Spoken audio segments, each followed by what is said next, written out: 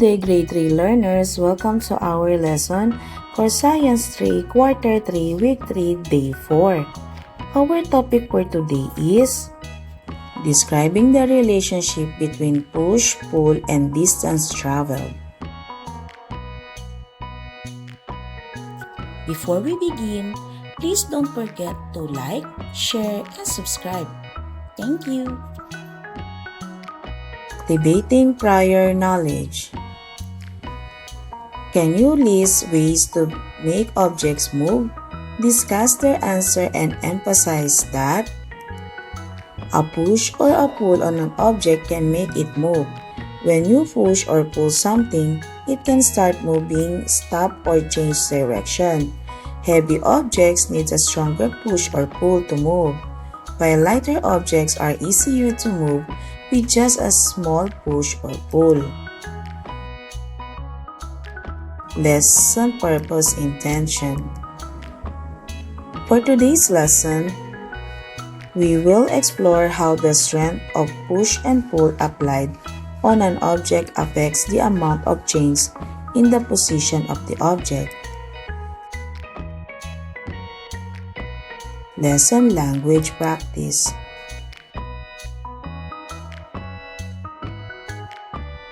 Strength. Strength refers to how hard or soft you push or pull an object. In today's lesson, strength may be classified as a hard pull or push, or a soft push or pull. Reading the key idea stem.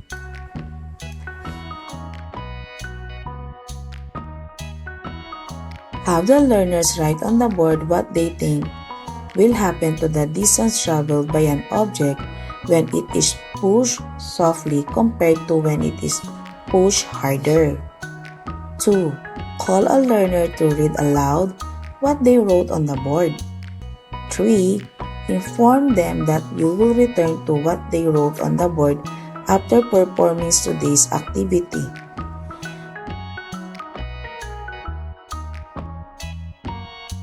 Developing understanding of the key idea stem. Activity 4. How does the strength of push affect the distance traveled by an object? Objective.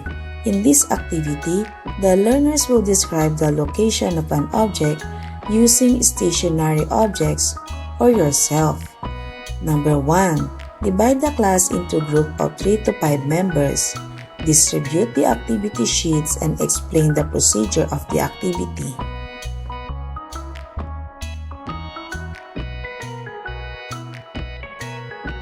Number 3. Notes to facilitator of the activity. Depending on the availability of measuring tools, you may use rulers or tape measure. Make sure that only one member of the group pushes the car. Other members of the group should not touch the car. Assist the learner in measuring the distance the car traveled. After the learners finish the activity, process their answer and facilitate the discussion.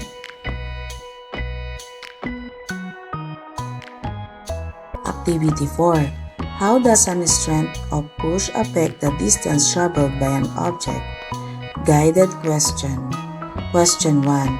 What happens to the distance the toy car travels when you apply a soft push compared to the medium push? The answer is, a medium push makes the toy car travel farther than a soft push.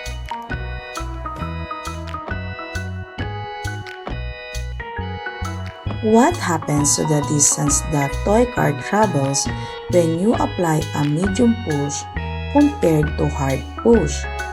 The answer is, a hard push makes the toy car travel farther than a medium push.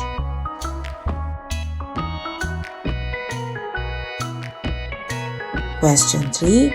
What can you infer about the effect of the strength of push on the distance the object travels?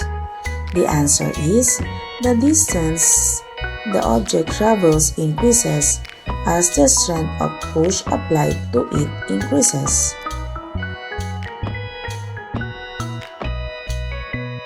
deepening understanding of the key idea stem.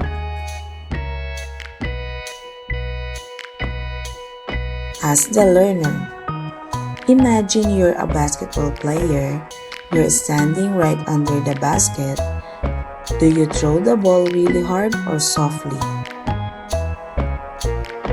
If possible, show a video clip or a player doing a free throw and a three-pointer.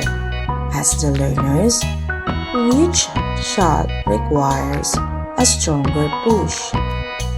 Basketball players need to know where the ball must go to be able to adjust the strength of their shots.